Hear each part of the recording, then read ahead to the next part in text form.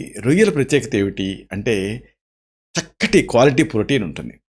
ఈ మంచి ప్రోటీన్ ఉండటం వల్ల ఇది మనుషులకి అవసరమైన అన్ని అమైనో యాసిడ్స్ని అందిస్తుంది. అంటే శరీరాన్ని బ్యాలెన్స్డ్గా ఉంచుతుంది. కొన్నిట్లో కొన్ని అమైనో యాసిడ్స్ మాత్రమే లభిస్తాయి.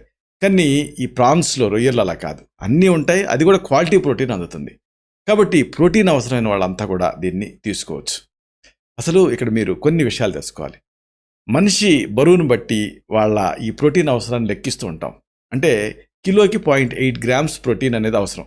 ఈ లెక్కన మీరు లెక్కేసుకోవచ్చు. మీరు 60 కిలోలు ఉంటే ఎంత, 65 కిలోలు ఉంటే ఎంత, 70 కిలోలు ఉంటే ఎన్ని గ్రాముల ప్రోటీన్ అవసరం మీకు అనేది ఇలా లెక్కేసుకోవచ్చు. 1 కిలోకి 0.8 గ్రామ్స్ ప్రోటీన్ అంత అవసరం.